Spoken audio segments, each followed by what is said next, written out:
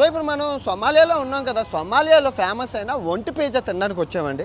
ఎందుకంటే chicken mutton వీళ్ళకి దొరకదు కాబట్టి వీళ్ళు ఒంటిని బాగా ప్రిఫర్ చేస్తారు. మీకు ఇప్పుడు ఒంటి పిజ్జా తిని రుచి చూసి చెప్తాను అది ఎలా ఉందో.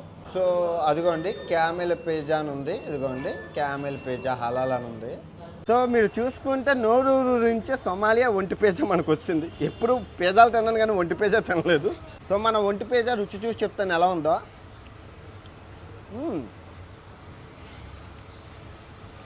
ఒంటి మాంసం ఎలా ఉంటుందంటే మనకి పెరుగులోని అల్పాకాన్ని తిన్న ఒంటిలాగా ఉంటుంది, ఒంటి కాదు. మేకలాగా ఉంటుంది, మేక కాదు. కొంచెం ఒంటికి మేకకి మధ్యస్థంగా ఉంటుంది.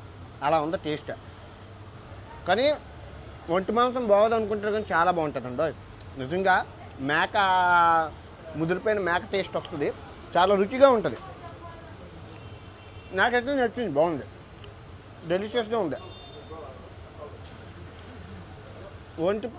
ఒంటి పాలు ఒంటికి మంచిది, ఒంటి పిజ్జా కూర ఒంటికి మంచిది. ఇంకా సొమాలియా అంటేనే ఒంటి మాంసం, ఒంటి కూర, ఒంటి పచ్చడి, ఒంటే అంతా ఒంటిమయం.